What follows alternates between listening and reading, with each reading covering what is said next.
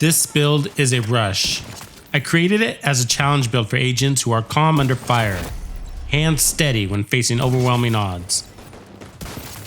If that's you, and you like builds that fully immerse you into the experience, then I challenge you to try this build. You won't regret it.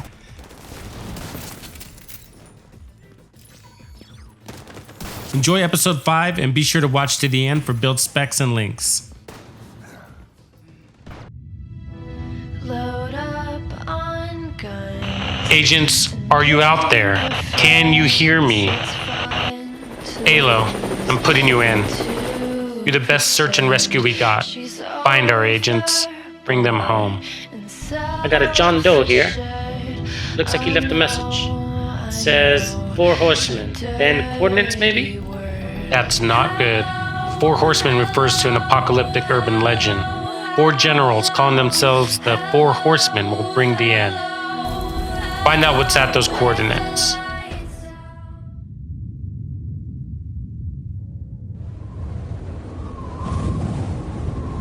The Ancient Ones believe the fates of the weapon and the man are linked. My mother told me someday I will buy. And the destruction of one signals the end of the other.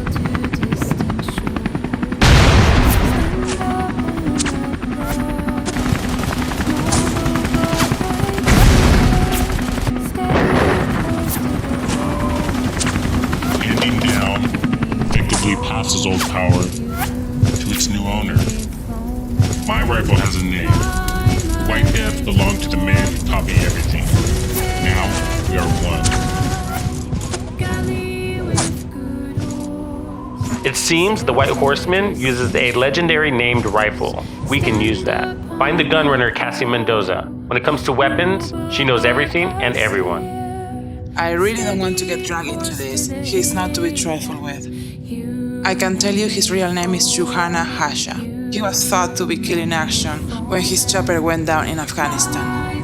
Apparently, he's not easy to kill. Intel shows he popped up on the grid in New York City just after the quarantine began, where he quickly climbed the ranks within a paramilitary group, the Last Man Battalion. LMB was eventually absorbed by the Black Tusk. And when the division took out Dolores Jones at Coney Island, it cleared the path for the White Horsemen to rise to power. Interesting. Juhana was one of the first wave division agents in New York City. You know, the ones that disappeared. Now he goes by the name Angel Eyes, and is rumored to be part of a paramilitary radical sect known as the Hunters. No one knows what they're up to, but rumors suggest there is someone only referred to as the Hand working with them. That's who gave Angel Eyes his rise to power. Now he's at war with the True Sons. It seems he has it out for General Ridgway and plans to take the Capitol building. To what end, I don't know. To find him, you need to go deep into enemy territory and retrieve 6 keys. After, find the den of 6 lions in Constitution Hall. They will lead you to Angel Eyes. HQ, eyes on target. Halo, tail him and keep your distance. Hopefully he'll lead you to Leon Val and the other horsemen.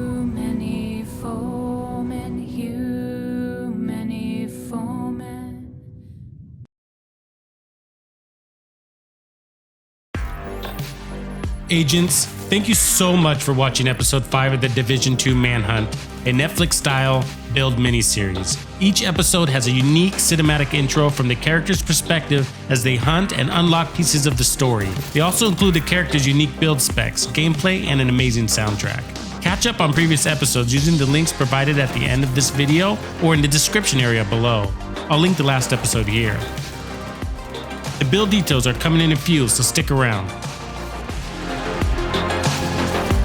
This isn't only a challenge build, it's also a dedication build to Simo Haisha, the Finnish soldier with over 500 confirmed kills in the Winter War of 1939.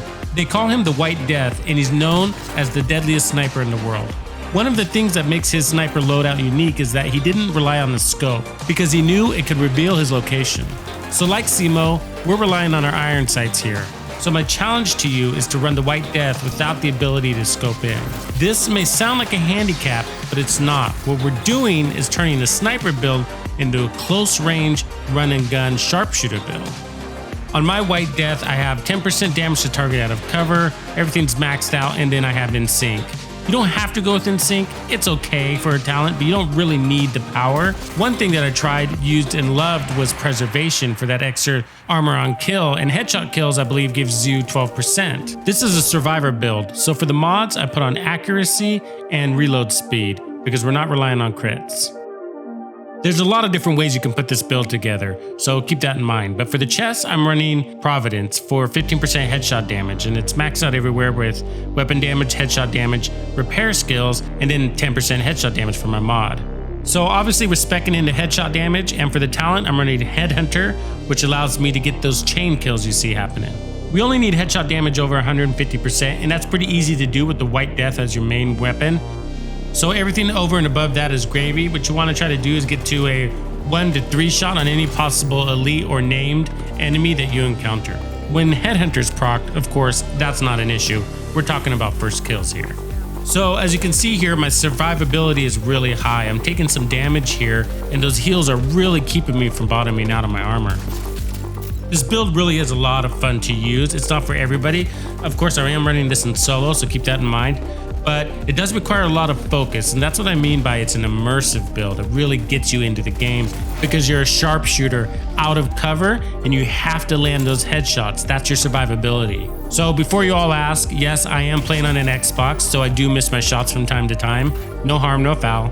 So what I'd love to hear back on, if you guys try this build, is what your top chain kill is. For me, I got 24 headshots in a row.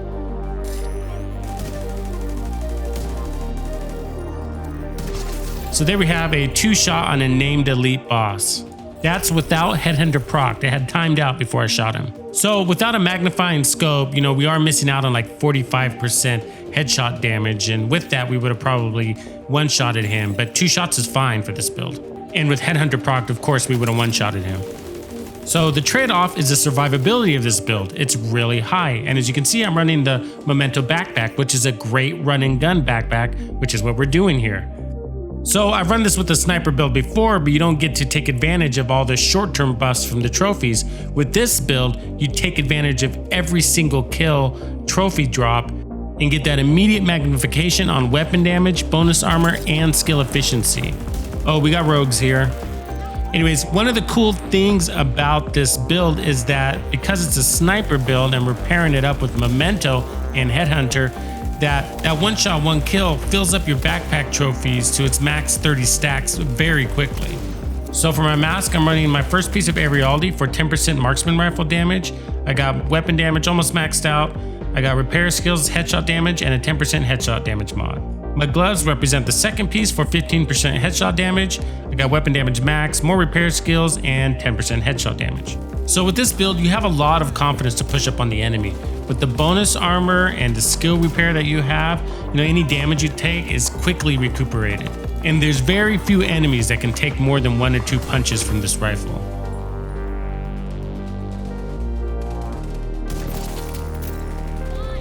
Okay, here are the unique pieces of the build.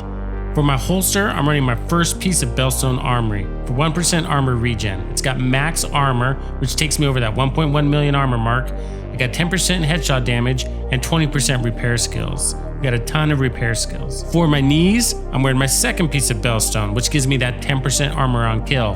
That is key.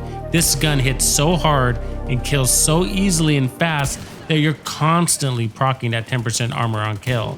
In fact, you do so often, I'm hardly relying on that repair skills.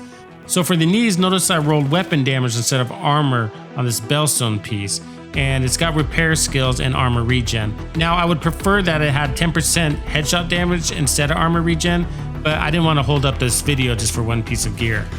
Okay, so here's the deal with this build. It's really overpowered, so much so I don't actually think this build is fully optimized yet. I think there's a lot of room for creativity here. And this is where I would like you guys to play around and in fact get back to me and share some of your ideas that you would have. So once you try this out, you'll realize you don't really need in sync. Your rifle is powerful all on its own. I like preservation, but as you can see in this video, you kill so fast that the 10% I'm getting from Bellstone seems to be plenty. And the repair skills are acting like a second line of defense. We're hardly using them, really. So you might run Walker and Harris on your knees, put on repair skills and headshot damage, and then roll preservation on your rifle. I ran with this for a while and I liked it.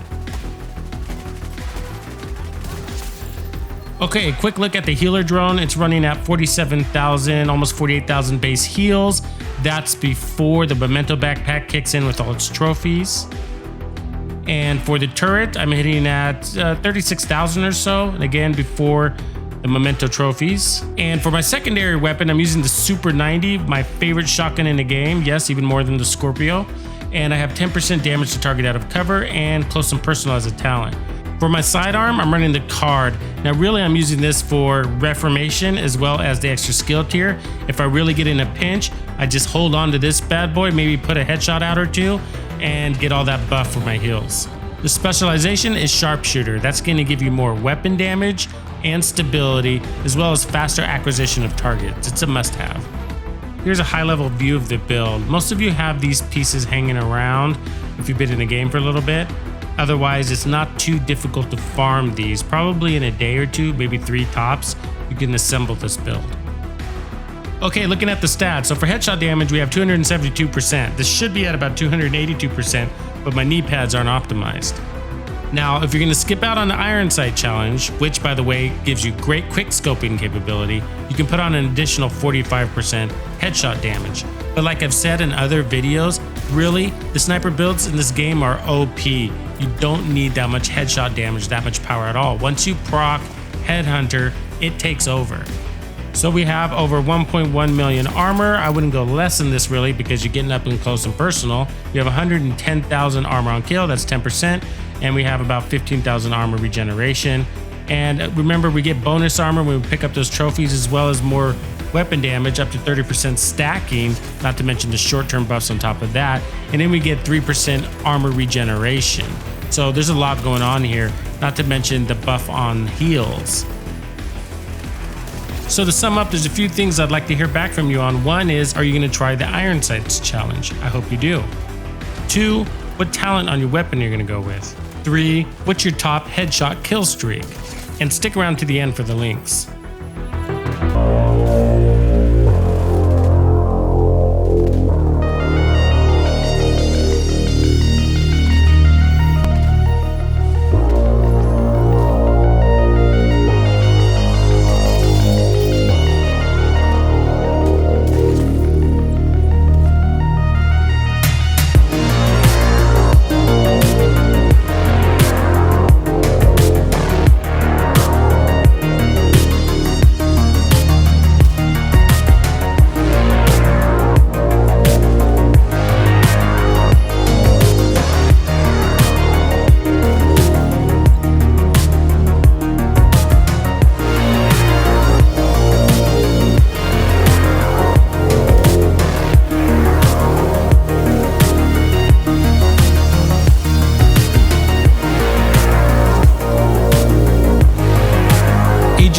I'm glad you watched this video to the end. This really helps my channel and in turn helps me create more cool videos like these for you. I hope you're enjoying this series. You can help me write the story with your comments and feedback below, so be sure to drop a line. Also, binge watch the previous episodes of the Manhunt miniseries if you haven't. My signature cinematic intros make every build I make worth your time, not to mention the unique builds I hope you try. Links here and in the description. And I'm out.